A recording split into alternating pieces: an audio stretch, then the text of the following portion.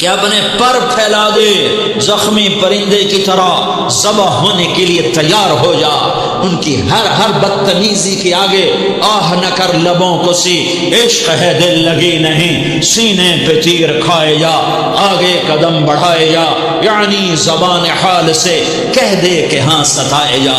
وہ یہ کرتا ہے، وہ یہ کرتی ہے، اسے یہ نہیں آتا، اسے یہ نہیں آتا، اسے وہ یوں سناتی ہے، وہ یوں سناتا ہے، وہ یوں کرتی ہے، وہ یوں کرتا ہے۔ یہ آج کے اخلاق ہیں۔ کوئی آنکھ ایسی نہیں ہے جو خوبیاں ڈھونڈے، جس آنکھ کو دیکھو اس میں دوربینیں فٹ ہیں عیب پکڑنے کے لیے۔ کاش کوئی آنکھ ہوتی جو خوبیاں دیکھتی، کوئی زبان ہوتی جو خوبیاں بولتی۔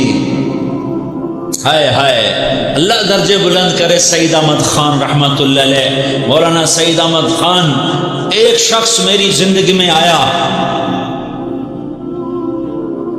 یہ سارا مضمون میں اس کی صحبت سے سمجھا ہوں، کتابوں سے نہیں سمجھا، مجھے کتابیں زبانی یاد تھیں، میں کتابوں کا حافظ تھا، لیکن اللہ کی قسم میں مضمون کتابوں سے نہیں سمجھا، یہ میں اس بندے کی صحبت سے سمجھا کہ اخلاق سیکھنے پڑتے ہیں۔ اخلاق سیکھنے کی چیز ہے، یہ پڑھنے سے نہیں آتے، یہ پڑھانے سے نہیں آتے۔ ممکن ہے بخاری پڑھانے والا بد اخلاقی کی انتہا پر ہو، بخاری پڑھنے والا بد اخلاقی کی انتہا پر ہو، کہ یہ چیز پڑھنے سے نہیں آتی، سیکھنے سے آتی ہے۔ پڑھا، کتابیں زبانی یاد کی، چٹائیوں کے ساتھ سل کے بیٹھ کے پڑھا، نہیں سمجھ میں آئے، ایک ہستی کو دیکھا، ایک اخلاق والے کو دیکھا، اس کے ساتھ چند صبحیں گزری، چند شامیں گزری جو میری زندگی کا سب سے قیمتی اثاثہ ہیں، تو پھر مجھے پتہ چلا کہ اخلاق کسے کہتے ہیں، اور اخلاق بھی سیکھنے کی چیز ہے، اور اخلاق ہی انسانیت کا نام ہے۔ بد اخلاقی ہے تو انسانیت نام کی شے کوئی نہیں۔ میرے رب کو زیادہ تسبیحات کی ضرورت نہیں ہے، یوں ممبر پہ بیٹھ کے لمبی تقریروں کی میرے رب کو زیادہ ضرورت نہیں ہے۔ بچھ جاؤ، پھٹ جاؤ، مٹ جاؤ، لٹ جاؤ، اور اللہ کے دربار میں اونچا مقام پالو۔ لوگوں کی سہنا سیکھ لو، لوگوں کے زخم سہنا سیکھ لو، لوگوں کی لگائے ہوئے نشتر، لوگوں کے لگائے ہوئے زخم چھوڑ دو رسنے کے لیے، چھوڑ دو گھاؤ بننے کے لیے، چھوڑ دو انہیں گہرا ہونے کے لیے۔ یہ جتنے گہرے ہوں گے اتنا تم اللہ کو محبوب نظر آؤ گے۔ تو بچا بچا کے نہ رکھ اسے، تیرا آئینہ ہے وہ آئینہ کہ شکستہ ہو تو عزیز تر ہے نگاہ آئینہ ساز میں۔ اسے ٹوٹنے دو، اسے ٹوٹنے دو، توڑنے والوں کو کہہ دو آ جاؤ ادھر آ ستمگر، ہنر آزمائیں تو تیر آزما، ہم جگر آزمائیں۔ لوگوں کو بولنے دو، عورتوں کو بولنے دو، تم سنتی جاؤ اور سہتی جاؤ اور پیتی جاؤ اور اف نہ کرو اور آہ نہ کرو۔ تم وقت کی رابعہ بصری ہوگی، تم وقت کے جنید بغدادی ہوگے۔ بڑے بڑے مجاہدوں والے اور بڑے بڑے بڑے بڑے عبادات والے، بڑے بڑے عبادات پہ قطب مینار، اللہ کی قسم تمہاری گرد نہیں چھو سکتے، تمہاری گرد کو نہیں پا سکتے۔ تمہیں پہنچنا تو کہاں ہے، تمہاری گرد کو بھی نہیں پہنچ سکتے ہیں۔ اگر تم اپنے اخلاق قابو کر لو، اپنی زبان پہ قابو کر لو، لوگوں کی دل آزاری پہ چپ رہنا سیکھ لو، لوگوں کی تکلیف پر چپ رہنا سیکھ لو، اور لوگوں کی بدتمیزی پر چپ رہنا سیکھ لو، اور برے سے اچھا بننا سیکھ لو، برے کے سامنے مسکرانا سیکھ لو، تانے سن کر بھی مسکرانا سیکھ لو، تو تمہیں زیادہ نفلوں کی ضرورت نہیں پڑے گی، تمہیں لمبی لمبی تہجد کی ضرورت نہیں پڑے گی۔ تم وہاں پہنچو گے، تم وہاں پہنچو گے جہاں کوئی نہ پہنچ سکے گا، تم ادھر جاؤ گے جہاں کوئی نہ جا سکے گا، تمہارے مقامات کو کوئی پا نہ سکے گا آخرت میں، نہ دنیا میں نہ آخرت میں۔ اپنے اخلاق بناؤ، اپنی آخرت کو بنانا ہے تو اس نفس کو پاکیزہ کرو۔ یہ نفس پاک ہوتا ہے دو باتوں سے، ایک عبادات سے، ایک اچھے اخلاق سے، اور یہ غلیظ ہوتا ہے، ناپاک ہوتا ہے عبادات کو چھوڑنے سے اور بد اخلاقی کا شکار ہونے سے۔ بد اخلاقی سب سے بڑی غلاظت اور کبیرہ گناہ سب سے بڑی غلاظت ہے، اور عبادات سب سے بڑی خوراک ہے، سب سے بڑی پاکیزگی ہے، اچھے اخلاق سب سے بڑی خوراک ہے، سب سے بڑی پاکیزگی ہے، گناہوں کا چھوڑ دینا سب سے بڑی طہارت ہے۔ یہ کرو گے اللہ تمہیں چمکائے گا، تمہاری دنیا بھی بنائے گا، تمہاری آخرت بھی بنائے گا۔ یہ اخلاق سیکھنے پڑتے ہیں، عبادات کو سیکھنا پڑتا ہے۔ اللہ کے راستے میں جاؤ، اللہ کے راستے میں پھرو، اور اپنے اخلاق بھی بناؤ، اپنا ایمان بھی بناؤ، اپنے کردار کو بھی بناؤ، اور مرتے دم تک یہ محنت کرتے رہو کرتے رہو کرتے رہو۔ کرتے کرتے موت آ گئی تو جو ادھورا پن ہے اللہ دور کر دے گا، جو ادھورا پن ہے اللہ دور کر دے گا۔ اور کوشش کرو 24 گھنٹے کی زندگی میں اس زبان پہ خیر کے سوا کچھ نہ نکلے۔ تم بے شک فرض نماز پڑھو، تسبیحات مسنون نہ پڑھو، تو لمبے ذکر نہ کرو، لمبے قرآن نہ پڑھو، لمبے نفل نہ پڑھو، میری ایک مان لو، یہ زبان پہ قابو پا لو، اس زبان کو بند کرنا سیکھ لو، اسے ہونٹوں تلے، اسے دانتوں تلے دبانا سیکھ لو، یہ ہونٹوں کے در بند کرنا سیکھ لو۔ یہ مدرسے کے طلبہ نظر آ رہے ہیں، ان کو شیطان کوئی دعوت دے گا شراب پیو، ان کو کوئی شیطان دعوت دے گا کہ جوا کھیلو، ان کو دعوت دے گا غیبت کرو، ان کو دعوت دے گا فلاں کی برائی کرو، ان کو دعوت دے گا اس کے عیب ڈھونڈو اور اس کو چسکے لے لے کر بیان کرو۔ یہ اس گناہ کی مار دیتا ہے، اس میں ایسی مار دیتا ہے کہ نمازیں صاف ہو جاتی ہیں، عبادات صاف ہو جاتی ہیں، علم صاف ہو جاتا ہے، تبلیغ صاف ہو جاتی ہے۔ ہمارے استاد مولانا زار شاہ صاحب رحمۃ اللہ علیہ ہمیں فرمایا کرتے تھے، جب وہ کبھی غیبت کی نفرت بٹھاتے تو فرمایا کرتے تھے تم سب سے زیادہ کمائی کرنے والا طبقہ ہو طلبۃ العلم، لیکن ایک بول بول کر ساری کمائی پہ پانی پھیر دیتے ہو۔ تو میرے بھائیوں چاہے دین والے ہو چاہے دنیا والے ہو، مدرسے والے ہو کالج والے ہو، ایک عبادت کو بناؤ، ایک اپنے اخلاق کو بناؤ تو اللہ تمہارے ساتھ ہے، دنیا بھی تمہاری ہے، آخرت بھی تمہاری ہے۔ اگر اللہ کو ساتھ نہ لیا اور اس نفس کو پاکیزہ نہ کیا تو یہ جہان بھی برباد ہے، اگلا بھی برباد ہے۔ اسے پاک کرنے کی نیت آج سے نیت کرو کہ اسے انشاءاللہ پاک کرنے کی کوشش کریں گے۔ تو نیت کرتے ہو سارے کہ اسے پاک رکھنا ہے۔ کبھی کوئی دھبا لگ جائے لگتا رہے گا انسان جو ہے تو فوراً دھونے کی، جیسے کرتے پہ دھبا لگ جائے تو فوراً دھونے کی کوشش کرتے ہیں، اسے دھونے کی کوشش کرو۔ آنسوؤں کا پانی بس بڑے سے بڑے داغ کو دھونے کے لیے آنسوؤں کا پانی چاہیے، اور زیادہ پانی بھی نہیں چاہیے۔ ایک مکھی کے سر کے برابر تمہاری آنکھوں کے کٹوروں میں آنسو تیر گیا جو صرف تمہارے اندر کو تر کر گیا، باہر نہ نکل سکا۔ تمہاری آنکھ اتنی بخیل ثابت ہوئی کہ تمہیں آنسو کا ایک قطرہ نہ دے سکی، لیکن اتنا دے دیا کہ تمہارے کنارے بھیگ گئے۔ تو تمہارے بڑے بڑے داغ اللہ دھو کے صاف کپڑا تمہیں ہاتھ میں پکڑا دے۔ تو جب ہو جائے توبہ کرو، جب ہو جائے آنسوں سے صاف کرو، آنسو نہیں نکلتا تو آہوں سے صاف کرو۔ تمہاری آہیں بھی اسے صاف کر دیتی ہیں، تمہارے آنسو بھی اسے صاف کرتے ہی کرتے ہیں، تمہاری آہیں بھی اسے صاف کر دیں گی۔ تم کہتے ہو کہ دل بڑا سخت ہے، آنسو نکلتا ہی نہیں، تو تم کچھ آہ ہی بھر دو اللہ کے آگے، تو وہ بھی تمہیں کہاں سے کہاں پہنچا دے گی۔ سب سے اعلیٰ درجے کا اسلام کیا ہے؟ من سلم المسلمون من لسانہ و یدہ۔ زندگی میں یہ طے کر لو، کوئی کتنا ہی تمہیں دکھ پہنچائے، کوئی کتنا ہی تمہاری بے عزتی کرے، چپ ہو جاؤ، سہ جاؤ۔ مرنے والے کی کیا عزت کیا ذلت، میں نے تو مر کے دیکھا ہے، اور مجھے یہ حدیث سمجھ میں آئی ہے بڑی اچھی طرح، موتوا قبل ان تموتوا، کہ مرنے سے پہلے مر جاؤ۔ اس وقت اگر میں مر جاتا تو مجھے کوئی گالیاں دیتا تو مجھے کیا نقصان تھا، اور مجھے کوئی نعرے لگاتا میرے لیے تو میرا کیا نفع تھا۔ تو مرنے سے پہلے مر جاؤ۔ کوئی تمہیں برا بھلا کہے تو تمہارا کیا نقصان، تمہیں کوئی واہ واہ نعرے لگائے تمہیں کیا نفع ہے۔ اگر اللہ راضی ہے تو مردہ باد اور زندہ باد سے بے نیاز ہو۔ ابو ذر رضی اللہ تعالیٰ عنہ کو ایک آدمی نے گالیاں دی تو انہوں نے فرمایا بیٹا ایک گھاٹی آگے آ رہی ہے، اس میں گر گیا تو جو کچھ کہہ رہے ہو اس سے بھی زیادہ کا حقدار ہوں، اور اگر پار ہو گیا تو تیری گالیوں سے مجھے کوئی فرق نہیں پڑتا ہے۔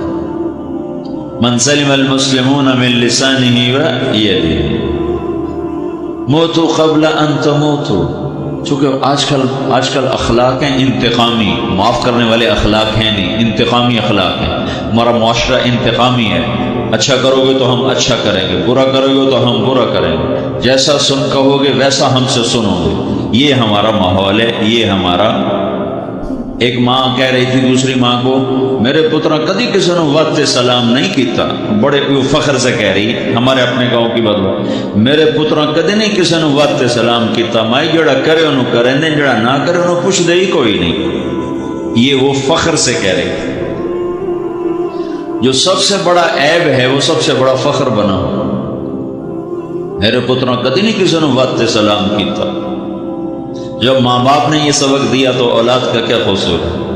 تو ہمارا معاشرہ انتقامی ہے، ایک کی 10 سنانے کا ماحول ہے. تو آپ 100 کی ایک بھی نہ سناؤ.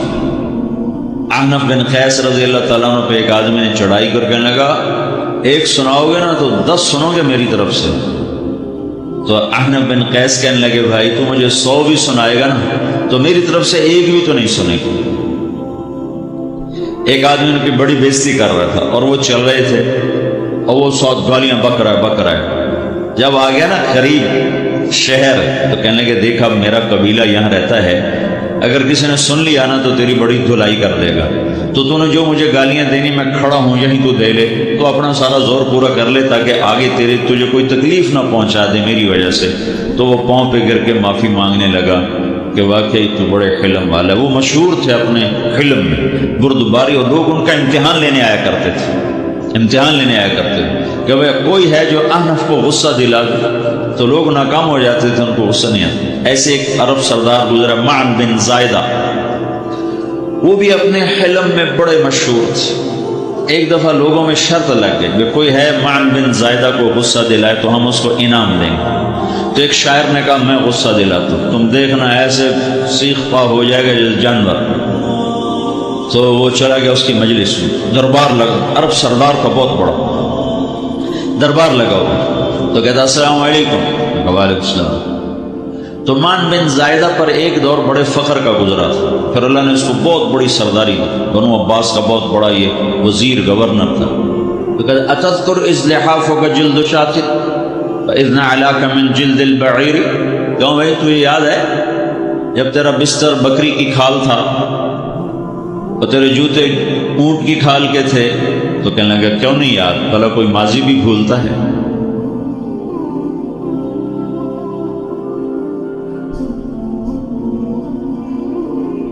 تو وہ کہنے لگا، پہلا وار تو خطا ہے کہ فسبحان الذی اعطاک ملکا وعلمک الجلوس علی السریر.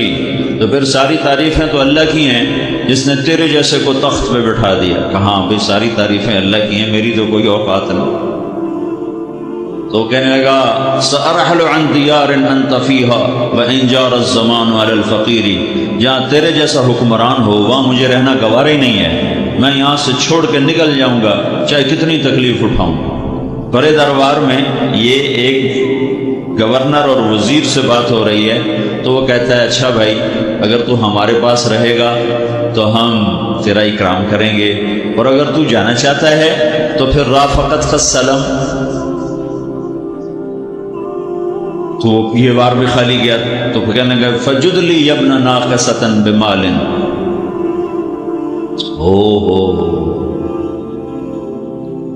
او گندی ماں کے بیٹے، مجھے کچھ عطا بھی کر، میں بغیر پیسے کے سفر کیسے کروں گا. عرب کو کسی کو بھی ماں کی گالی دے دینا، پھر عرب سردار ہو. فجد لی ابن ناقصۃ بمال. بری ماں کے بیٹے مجھے کچھ پیسے بھی دے، میں نے جانا ہے. میں کہا، بھائی اس کو 3000 دے دیا جائے. اللہ. تو کہنے لگا، قلیل ما آتیتنی وانی لأطمع منک فی الکثیر. یہ تو بہت تھوڑا تو نے دیا ہے، مجھے اور دے. کہا، اچھا بھائی 3000 اور دے دو. تو وہ شاعر کی بھی آنکھیں پھٹ گئیں. کہنے لگا، ٹھہر جا اب میں تیری اصل تجھے بتاتا ہوں. سألت اللہ ان یبکیک ذخرا فما لک فی البریۃ من نذیری، میں اللہ سے دعا کرتا ہوں اللہ تیرے جیسوں کو سلامت رکھے، تیرے جیسا دنیا میں کسی ماں نے جنا ہی کوئی نہیں۔ فمنک الجود والافضال حقا وفضل یدیک کالبحر الغزیر، تو ہی سخی ہے، تو ہی کریم ہے، اور سمندر بھی تیری سخاوت کے آگے کچھ نہیں ہے۔ تو نے کہا اچھا بھائی تو نے ہماری برائی کی، ہم نے تمہیں 6,000 دیے، اب تو نے ہماری تعریف کی، اب 10,000 اور دے دو اس کو۔ ہاں باتیں ہی رہ گئیں، باتیں ہی رہ گئیں۔ کہاں سے لائیں ایسے لوگ؟ ہمارا معاشرہ انتقامی ہے، بدلہ لینے کا ہے، بدلہ لینے کا۔ تو میرے ساتھ کیا میں نے بھی کرنا ہے۔ تو اب اعلیٰ درجے کا اسلام یہ سکھا رہا نہیں چپ ہو جاؤ، سلامت بن جاؤ، سلامتی بن جاؤ، سلامتی کی علامت بن جاؤ۔ من سلم المسلمون من لسانہ ویدہ۔ اب وہ سوال کرتا ہے یا رسول اللہ ای الایمان افضل، سب سے اعلیٰ درجے کا ایمان کیا ہے؟ اسلام کیا ہے؟ کلمہ، نماز، روزہ، حج، زکات۔ اعلیٰ درجے کا اسلام کیا ہے؟ من سلم المسلمون من لسانہ و یدہ۔ یہ اخلاق کا ادنا درجہ ہے، ادنا درجہ ہے۔ ادنا درجے پر پہنچ کر آپ اسلام میں اعلیٰ درجے پر آ سکتے ہیں۔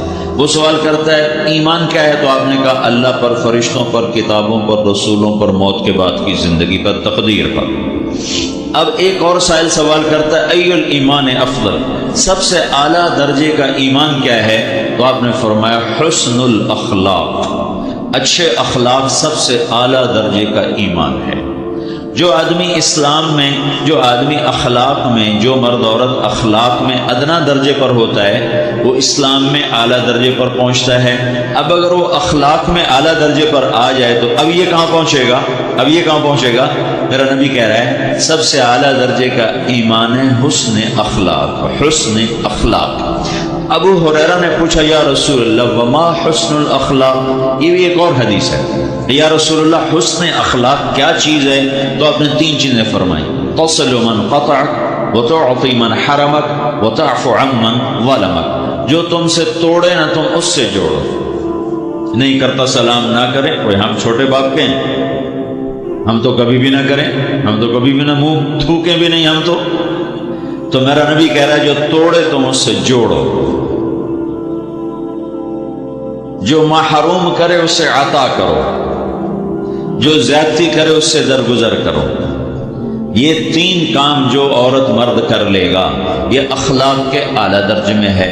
جب یہ اخلاق کے اعلیٰ درجے پر پہنچتا ہے تو پھر میرا نبی کیا بشارت دیتا ہے؟ ادنا درجے پر پہنچ کر تو اعلیٰ مسلمان کی بشارت ہے، اور اخلاق میں اعلیٰ درجے پر پہنچ کر میرا نبی کہتا ہے کاد الحلیم ان یکون نبیا، اعلیٰ اخلاق والا بس نبی بنتے بنتے رہ جاتا ہے۔ اعلیٰ اخلاق والا ایسے ہے جیسے کہ نبی، قریب ہے کہ وہ نبی بن جائے، یہ تو نا ترجمہ، لیکن ہم ہمارے اردو میں کہتے ہیں وہ نبی بنتے بنتے بنتے رہ گیا۔ کیا مطلب؟ کہ اس میں اور نبی میں صرف نبوت کا فرق رہ جاتا ہے، باقی وہ سب کچھ حاصل کر لیتا ہے۔ تو یہ سارے دین کا میں نے آپ کو خلاصہ بتایا ہے کہ میری آپ کی ضرورت ہے کہ میرا اسلام اعلیٰ درجے کا ہو، من سلم المسلمون من لسانہ ویدہ، میرا ایمان اعلیٰ درجے کا ہو۔ بے نیاز اور سمد اللہ، حیاؤں والا اللہ کفر کو مہلت دیتا آیا، شرک کو مہلت دیتا آیا، بت پرستی کو مہلت دیتا آیا، نہیں مہلت دی تو بے حیائی کو نہیں دی۔ جب قومیں بے حیا ہوئی اور ناچ گانا عزت بن گیا، زنا فیشن بن گیا، عورتیں کپڑوں سے باہر آ گئی، مرد آوارہ ہو گئے، تو پھر اللہ نے زمین کو ہلایا۔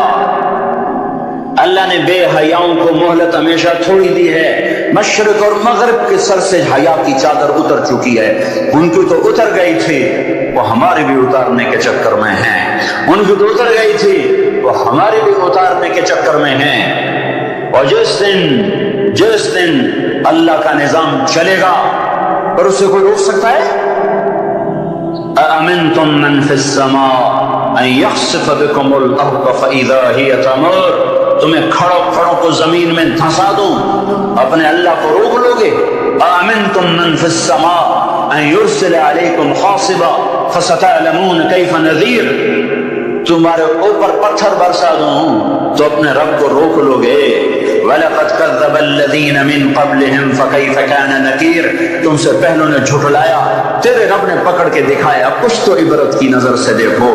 مہنجو داڑو چلو بہت دور ہے، ٹیکسلا کیوں نہیں چلے جاتے ہو؟ یہ گندھارا کی تہذیب پہ کیوں نہیں کھڑے ہو کہ تم غور کرتے ہو؟ ان کے ٹوٹے مکان، ان کی دفن شدہ تہذیبیں اور ان کے ویران حویلیاں، مہنجو داڑو کی تہذیب، ہڑپا کی تہذیب، یہ تو میرے دیش کے اندر ہے، مجھے باہر نہیں جانا پڑے گا، مجھے روم کے کھنڈر دیکھنے کے لیے اٹلی جانے کی ضرورت نہیں ہے، اردن جانے کی، ترکی جانے کی ضرورت نہیں ہے، یہی کھنڈر بتا رہے ہیں۔ میں بھی کبھی کسی کا سر پر غرور تھا۔ یہ اللہ نے تہذیبوں کو کھنڈر کب بنایا؟ جب نافرمان ہوئے۔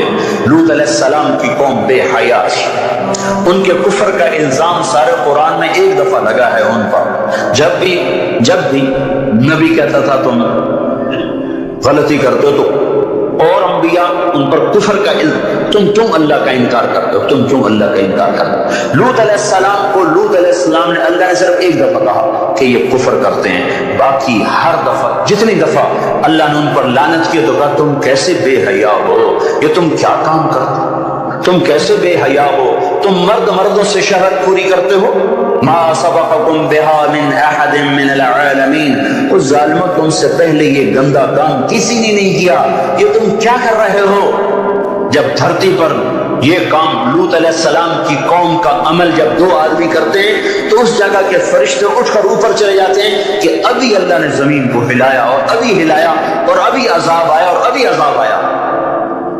تو لوط علیہ السلام کی قوم پہ اللہ نے 4 عذاب پھینکے ہیں کٹھے، اور 5واں زلزلہ۔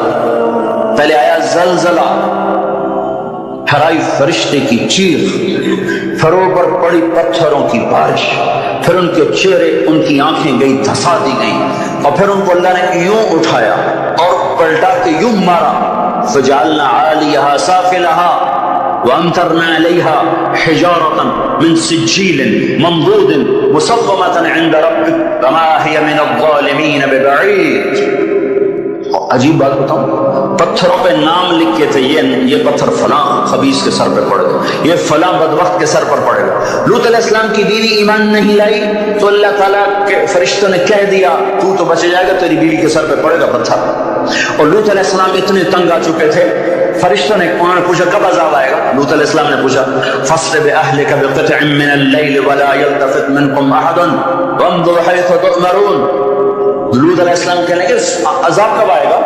تو فرشتوں نے کہا ان موعدہم الصبح، ابھی نہیں، ان موعدہم الصبح، جب صبح کا چاندنا ہوگا تو ان پر عذاب آئے گا۔ لوط علیہ السلام اتنے تنگ آ چکے تھے، کہنے لگے نہیں نہیں نہیں نہیں، صبح بڑی دور ہے، ابھی لاؤ ابھی لاؤ۔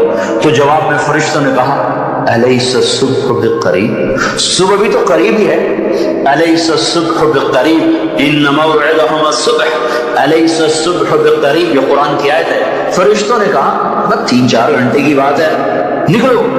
فلما اتاہا امرنا، پھر اللہ کا امر آیا۔ کہاں ہے اللہ؟ کیا ہمارا کیا پڑھے لکھا دور ہے، سائنس کا دور ہے، ترقی کا دور ہے، پلیٹیں ہلتی ہیں، اللہ ویلا بیٹھا ہوا ہے۔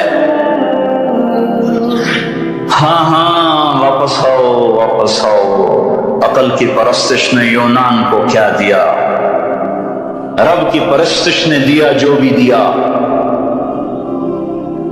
اللہ اس کے رسول کی غلامی سے سہرے بندے ہیں، جس کے بھی بندے ہیں، وہی عزت کی سیڑھیوں پر چڑھا ہے جس نے اللہ رسول کے غلامی کا دم بھرا ہے، جس نے ان کی چوکٹ کو چوما ہے، وہی دنیا اور آخرت میں سرخرو ہوا ہے۔ بے حیا معاشرہ ٹوٹ جاتا ہے اور بے حیائی ننگے ہو کے ناچ رہی ہے۔ کیا حیرت کی بات ہے کہ ننگے ناچ سکرین پہ دکھائے جا رہے ہیں اور دیکھنے والے مزے سے بیٹھے دیکھ رہے ہیں، تو کیا میرے اللہ کو غیرت نہ آئے گی؟ میں یہ لوط علیہ السلام کی قوم کے علاقے میں پھرا ہوں، 300 میل کا علاقہ ہے، غور آج کل اس کو کہتے ہیں، پوری پٹی پہ پھرا ہوں۔ وہ سارا پہاڑی علاقہ ہے، اسلام آباد کے پہاڑوں میں سب بڑے نہیں، چھوٹے چھوٹے خوبصورت پہاڑ، چلتے چلتے ایک دم بیچ میں نشیب آتا ہے اور یوں زمین 300 میل تک بیٹھی ہوئی نظر آتی ہے۔ عربی زبان میں بیٹھی چیز کو غور کہتے ہیں۔ یہ زمین کیسے بیٹھ گئی؟ جب لوط علیہ السلام کی بستی کو اٹھایا اور اٹھا کر اوپر سے زمین پر مارا تو وزنی چیز جب زمین پر گرتی ہے تو دائیں بائیں زمین نیچے بیٹھ جاتی ہے۔ اس طاقت سے وہ بستی زمین پر گری کہ 300 میل تک ساری زمین بیٹھ گئی۔ تو لوط علیہ السلام صبح نکلنا تھا کہ پہلے زلزلہ آیا، پھر فرشتے کی چیخ آئی، پھر پتھر برسنے لگے، چیخ و پکار۔ لوط علیہ السلام نے بیوی لگا تھا پیچھے نہ مڑ کے دیکھنا، پر اللہ کا فیصلہ ہو چکا تھا کہ اس کا بھی سر ٹوٹنا ہے۔ تو چلتے بس وہ نہیں رہ سکی، ذرا یوں اتنی کو گردن ٹیڑھی ہوئی تھی تو اوپر سے پتھر آیا اور اسے بھوسا بنا کے پھینک دیا۔ تو میرے بھائیو، ہم سب خطرے کی لپیٹ میں ہیں، باری لگ چکی ہے، نمبر بنمبر، نوبت بنوبت، یہ ہوگا، یا لوگ توبہ کریں گے یا اللہ کی نشانیاں کھل کے آئیں گی۔ جب یہ ہوگا، جب میری امت گانے بجانے کو جو قومیں گانے بجانے میں ڈوبتی ہیں وہ ہلاک ہو جاتی۔ چلو میں کہتا ہوں اور جو قرآن بھی پرانی کتاب اور حدیثیں بھی پتہ نہیں ہیں کہ نہیں ہیں، کتنا طبقہ جاہلوں کا جو یہ بھی کہتا ہے۔ وہ اقبال کو تو مان لو تمہارا شاعر مشرق ہے، حکیم الامت کا لقب پایا ہے۔ 1996 میں انڈونیشیا جماعت میں گیا تھا تو وہاں کا جنرل حبیبی تھا مسلمانوں کا لیڈر، اس سے ملاقات پر اس نے کہا کہ آپ کے شاعر اقبال کی پوئٹری کو ہم نے اپنی زبان میں ٹرانسلیٹ کر کے اپنے نوجوانوں میں جذبہ پیدا کیا۔ میں نے کہا ہماری قوم تو اس کی قدر نہ کر سکی، 100 سمندر پار کی قوم اس کی شاعری سے انقلاب لے آئے، اور انہیں گانوں سے ہی فرصت کوئی نہیں۔ تو اقبال نے کیا کہا تھا؟ تجھ کو بتاتا ہوں کہ تقدیر امم کیا ہے، تمہیں بتاؤں میں قوموں کے عروج